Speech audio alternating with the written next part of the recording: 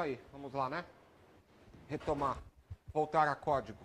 Codificação. Por favor, módulo 7. E vamos falar de JavaScript de novo. Vou até fechar aqui.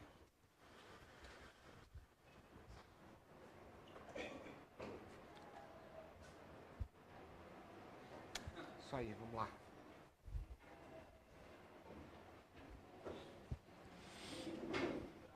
Esse módulo, ele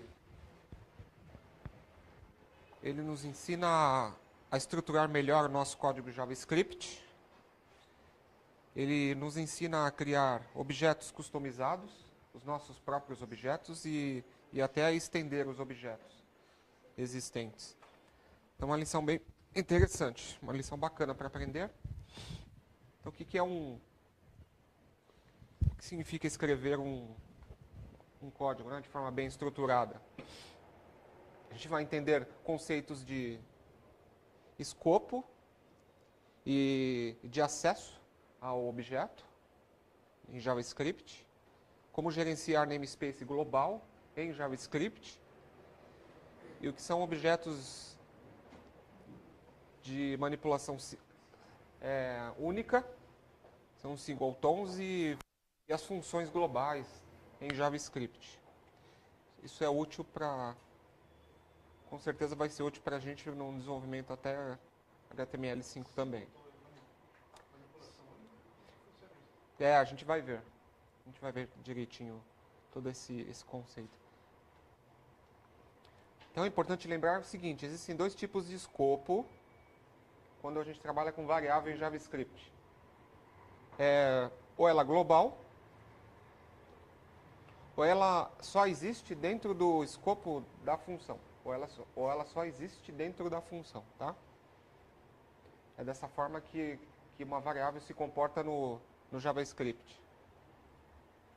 Então, ele dá até um exemplo aqui, nesse sentido. Se você declarar uma variável ali, tá vendo? Deixa eu aumentar aqui. Se você declarar uma variável chamada num, fora de uma função, com set, e dentro da função, essa demonstrate scoping and hosting, se você declarar de novo e jogar outro valor, então foi declarada duas vezes, né? Ele aproveitou a variável lá de fora da função? Não, né? Porque ele trabalha em forma de escopo. Está dentro da function, então é ela que vai valer, não a de fora, tá bom? Legal, isso porque foi também adicionado percebe? Uma sintaxe var aqui, né? Na frente, tá bom? A gente vai ver que existe uma variação nisso também. Legal, então tem esse exemplo aqui. E aí ele fala do seguinte: legal, então como é que eu... Você viu que é um problema aquilo ali, né? E se eu quiser ter duas variáveis com o mesmo nome, só que com conteúdos diferentes? Como é que eu resolvo esse... Ele chama de Global Name Clash. Ou seja,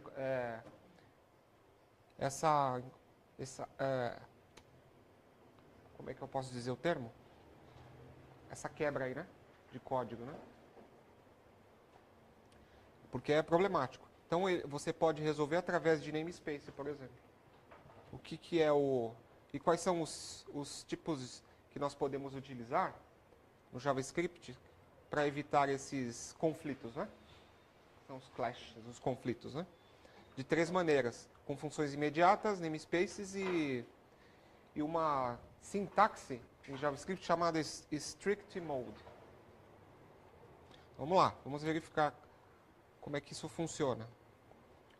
Aqui, inclusive, no documento, tá vendo? Ele já dá, na parte de vocês, de estudante, ele dá um exemplo de cada uma. Dá um exemplo. Vamos lá. Funções imediatas. O que são? São funções anônimas. Vocês percebem que as funções anônimas, elas são criadas ao mesmo tempo que são instanciadas, executadas, e ela morre depois que ela é executada. Tá vendo a sintaxe? Começa como function, né? Não tem um nome. porque é anônima. Sendo assim, ela é uma função de invocação imediata. Assim que o compilador olha para esse código aqui, ele já joga na memória, já executa e depois já mata da memória, tá bom? Portanto, se tiver uma função fora e uma dentro com o mesmo nome, não vai ocorrer um conflito nesse sentido também.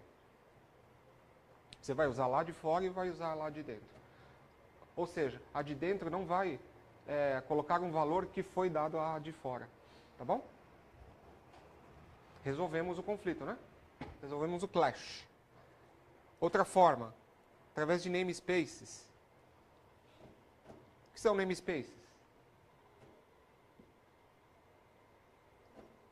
Alguém já ouviu falar nessa palavra, namespace? Então, é uma forma de poder criar uma variável e que dentro desta variável você atribui outras variáveis e funções.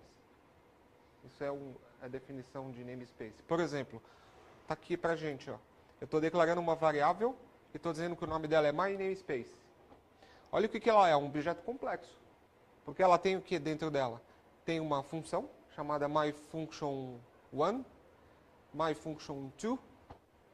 Depois ele tem uma propriedade message e outra propriedade count, legal? Portanto, como que eu acesso isso, então, uma vez que eu declarei esse namespace? Está aqui, ó, embaixo. myNamespace.myFunction1.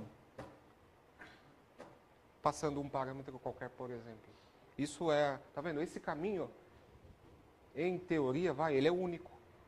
Então, se existir mais de uma message, tá vendo? Ali dentro, um atributo message, fora, não vai já conflitar também. Resolvemos outro problema. Aí você pode também, você pode dar você pode se controlar nesse sentido. Você pode dizer o seguinte: sempre que eu criar uma function, eu vou fazer o seguinte, eu vou colocar lá no comecinho da minha function, entre aspas, uma palavrinha useStrict. Com isso, o compilador, ele vai entender o seguinte: se você declarar variáveis sem a palavrinha var na frente, ele não vai executar seu código JavaScript. Ele para. Ele diz, deu pau aqui. Porque você declarou uma variável. Tá vendo ali em cima? Ele declarou, por exemplo, uma variável count aqui, né? Mas não pôs a palavrinha var na frente.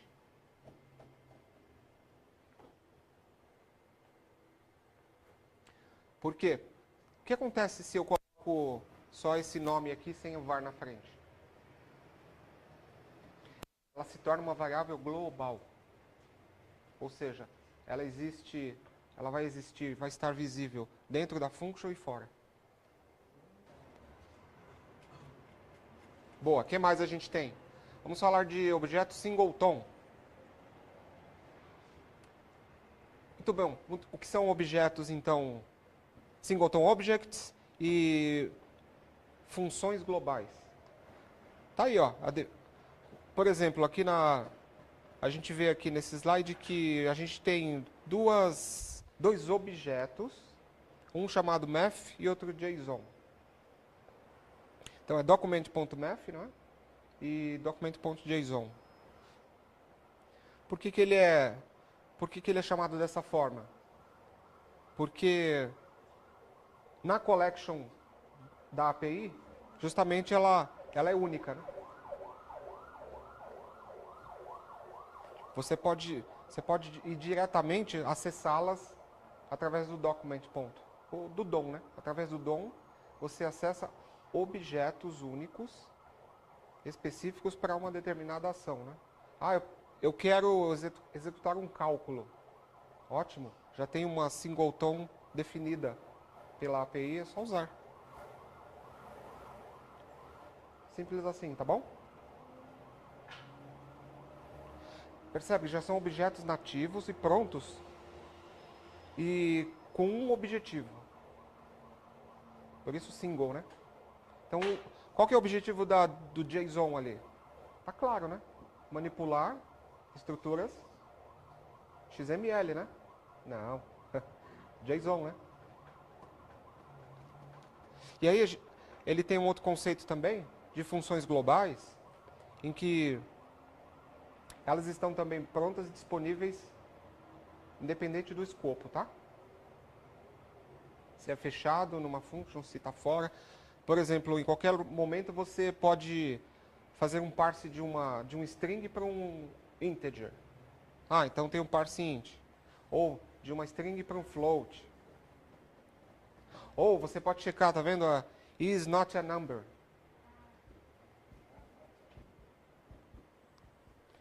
Pronto, ela já tá definida, usa e em qualquer escopo, tá bom?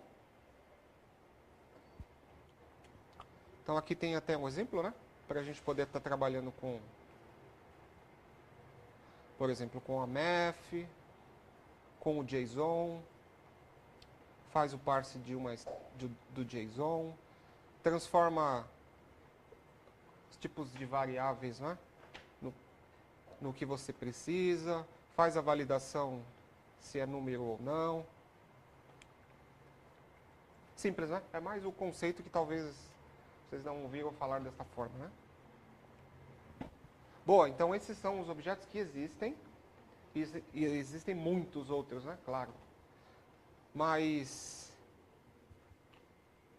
e se eu quiser criar objetos customizados? Porque eu preciso. E geralmente a gente precisa também.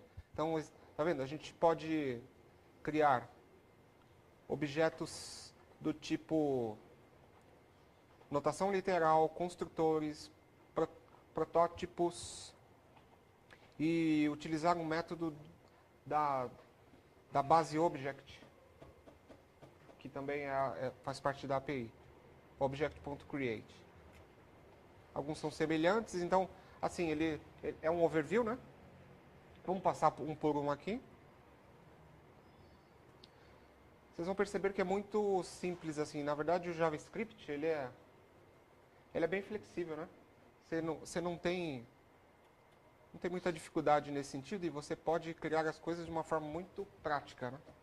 Tá vendo o primeiro exemplo? A variável employee 1 recebe new object. Pronto. Já criei o meu custom object. A segunda linha, o employee 2, abre e fecha as chaves ali, pronto. Já criei um objeto também. O de cima e o de baixo são iguais. Ah, então, olha o exemplo do employee com as chaves, né? Criei o object. Aí eu começo, do nada, a colocar ponto .name. De onde apareceu esse ponto .name, esse ponto .age, tá vendo? Não existia, eu estou criando. Eu já crio e já coloco um valor para ele. Ótimo, pronto, já criei um objeto com propriedades. Não preciso dizer que tipo que é, se é case sensitive, se não é, não importa. Já saio usando o meu objeto, tá bom? Tá, aqui trouxe um exemplo então pra gente. Boa. E aí como que eu posso fazer para criar uma notação literal? O que é então uma notação literal? É uma forma curta para você poder criar objetos e associar propriedades e métodos. Isso é uma notação literal, tá? Exemplo. Tá vendo? Eu já digo que a minha variável, ela vai ter, de uma vez só, vai ter propriedades e métodos. Perceberam aí as propriedades e métodos? 3 propriedades em cima. Name, age, salary, e aí depois 2 métodos embaixo, tá vendo? De uma vez só, né? Tudo numa notação só. Pronto, consegui criar um objeto complexo aqui, né? Legal. Fácil?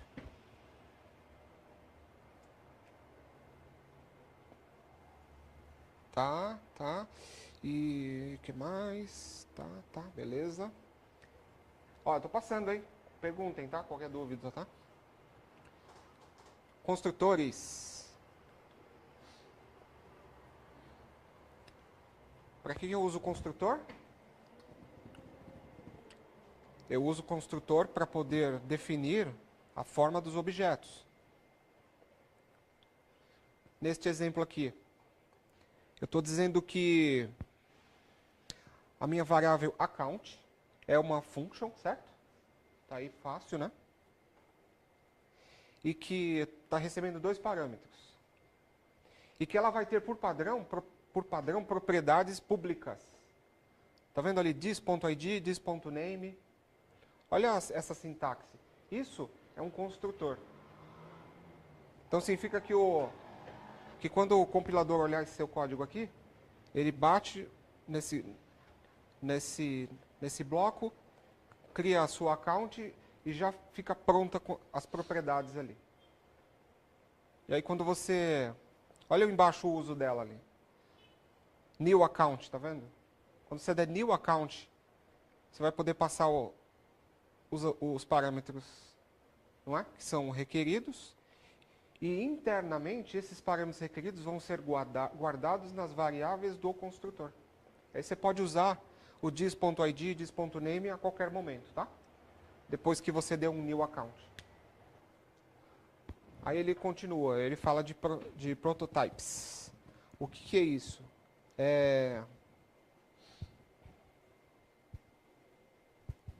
Então você pode... É uma forma de você poder adicionar novas coisas a um objeto já existente. Então imagina o seguinte, essa account, a gente já no módulo anterior, na página anterior, a gente já viu que a gente criou a account, né? Objeto complexo. Só que em outra parte do código eu quero adicionar mais coisas, eu quero adicionar mais propriedades, atributos, ou eu quero adicionar mais funções. Ah, legal, então eu tenho um recurso para isso. Para engordar o meu objeto, tá bom? Que é o prototype. Então eu digo qual é a variável que ela já existe. No caso é a account. Ponto o prototype dessa maneira. E aí a sintaxe é igual, tá vendo? A anterior. Aqui no caso ele está criando uma funçãozinha, certo? De depósito. Portanto, agora a minha variável account vai ter os métodos myFunction 1, myFunction 2 e tem mais esse agora. Então são momentos diferentes em que eu posso manipular a variável lá. Isso ocorre. Pode ser que eu crie um padrão da minha variável com alguns métodos, mas só em determinados momentos é que eu preciso de outras funções ou de outros atributos, tá bom? Deixa eu ver aqui, ó. Aí nesse exemplo da account, a gente viu que ele usa o prototype aqui para criar por exemplo, um depósito, uma retirada e um display mostra detalhes. Então criou 3 funções aqui, não é? Olha que interessante no uso, ó. Se eu der um new account agora, a gente vai ver que legal. Você pode acessar normalmente que vai funcionar o que já tinha e os novos métodos, tá? Bem básico, né? Mas só para ficar mais claro, né? Boa. E para fazer a mesma coisa de forma diferente, se você quiser, existe o object.create. Que também ele vai criar a instância de um objeto que você quiser e jogar numa variável. É o que a gente já viu, só que de forma diferente, com uma outra sintaxe. Então um exemplo aqui, ó.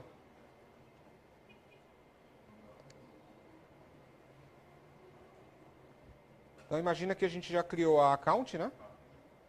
Daquela forma lá. Criou um prototype para ela. Fez tudo que a gente já quis, né? Com a variável. Aí você pode dizer o seguinte. Faz um object create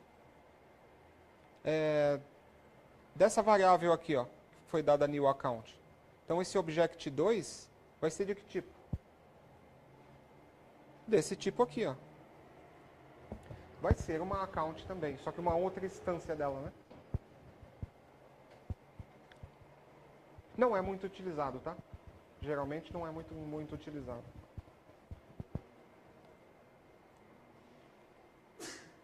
não tem muita, inclusive não tem muita utilidade, né? Você pode trabalhar de outras maneiras, como as que a gente já viu, tá bom? Boa. Então passamos a lição 2, ótimo. Então falta só falar da extensão agora de objetos, né? Porque você pode também estender objetos já existentes. Você pode implementar conceitos de orientação ao objeto em JavaScript. Então, conceito antigo, né? Conceito de orientação ao objeto, né? A gente aprendeu há muito tempo atrás. E alguns dos conceitos de orientação ao objeto a gente pode aplicar em JavaScript também. Por exemplo, o encapsulamento, tá? Herança. A gente pode aplicar herança também em JavaScript. A gente vai ver isso. Então, por exemplo, como é que eu encapsulo? Vamos lá. Olha esse exemplo aqui. Eu tenho a criação de uma função que vai ser jogada na variável person, que se recebe 2 parâmetros. Aí eu estou dizendo o seguinte. Estou criando uma variável underline name e uma underline age. Ponto. Criei. Aí eu estou criando uma this.getName, que é uma função que retorna a underline name. O que eu fiz aqui? Eu fiz um encapsulamento. Ah, como assim? Sabe o que significa isso? Que quem der uma... Se você disponibilizou este código para um programador, o programador der var x igual a new person, ele não vai conseguir, nessa x ponto underline name, ele não vai conseguir acessar. Ela está escondida. Como que ele acessa a name, então? Através do encapsulamento, através da getName. A getName está exposta. Então, se ele der x.getName, vai dar certo. Se ele der x.underline-name, vai dar erro no seu JavaScript. Tá bom? Então, percebe? Você encapsula, você esconde coisas, né? Para que o seu código fique mais controlado, para que não ocorra coisas que não deveriam. E qual a diferença da private para public aqui, então? Conseguiram perceber? Qual é a diferença? Por que underline name é private? E get name é público? A primeira, ela tem um var na frente, portanto ela é local. E a de baixo, por ter um this, ela se tornou pública. Então é a palavra-chave diz que transformou em pública. Já posso voltar na metade, então. Você pode, no máximo, e agora?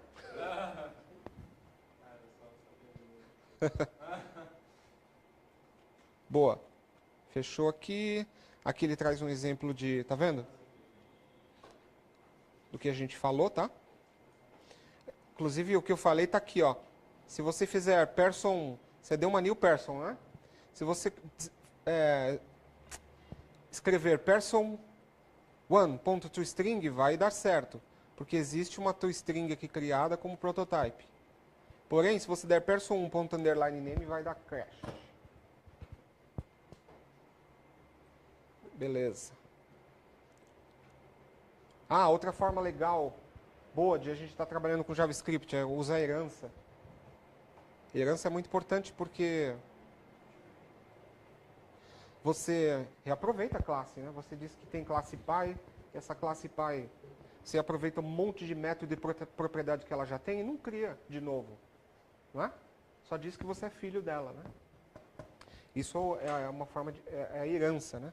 Então imagina que você tem uma classe person. Legal, essa é a pai. Aí eu posso criar uma student que ela é filha da person. Boa? Aí todas as propriedades e métodos da person eu posso me reaproveitar. Então eu posso, através da student, me utilizando do recurso de herança, reaproveitar o que existe na Person, inclusive na Person Prototype, tá? O construtor dela, que foi... Eu me reaproveito de tudo isso. Aí aqui tem um exemplo, ó, legal nesse sentido. Olha que bacana, ele cria um construtor base, que é a Person, simplesinha, não é? É construtor por quê? Porque tem diz lá, .name, né? Portanto, já existem atributos expostos ali para você usar. Aí ele cria um prototype para ele, tá vendo? Person prototype, vai, have birthday. Ótimo. Então, através dessas duas linhas aqui, a gente criou essas duas caixinhas aqui, beleza? Aí eu quero criar uma terceira caixinha de estudante. Ótimo, eu criei um construtor para ela. Também ela tem seus parâmetros, olha só, de nome, idade e um parâmetro a mais, né? De assunto. Mas olha que interessante, eu estou dizendo o seguinte, student.prototype é igual a new person. Opa, legal. O que eu fiz com isso? Já comecei a trabalhar com herança. Então eu posso me aproveitar. Mas olha a linha de baixo. Ele disse que o student.prototype.constructor é a própria student. O que essas duas linhas significam? Está dizendo para a engine lá do JavaScript. Olha, eu sou filho da Person, mas eu também tenho as minhas propriedades e os meus métodos, tá? Não ignore o que eu tenho aqui. Basicamente é isso, tá bom? Aí aqui, depois de feito isso, olha lá, você dá um new student, passando os 3 parâmetros.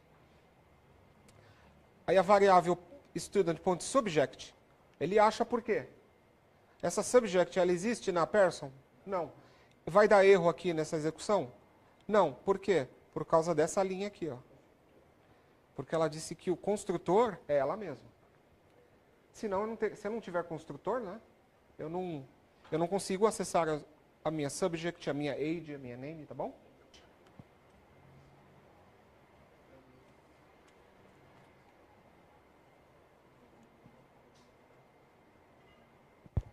Ah, e ele diz também que eu posso adicionar funcionalidades em objetos já existentes. Sim, posso. Então, é o que a gente mais ou menos já viu. De novo, eu crio uma function, aí com um construtor, tá? Aí eu digo que ele vai ter um método moveBy e moveTo. Então, aqui não tem nada de novo, a gente já viu isso. É apenas um conhecimento que a gente já adquiriu, tá bom? Então, ela mesma a gente está adicionando coisas novas nela. A gente criou, a princípio, a point, e depois a gente colocou mais métodos na point. Basicamente é isso. Show? Dúvidas? Ótimo, fácil, né? Então a ideia agora qual é? É que vocês pratiquem isso, né? É importante vocês praticarem a questão da herança. Forçar a brincadeira com strict mode, usar também o object inherit. Então vocês vão usar a herança, vão encapsular, vão trabalhar um pouquinho com esses conceitos que eu falei, tá bom?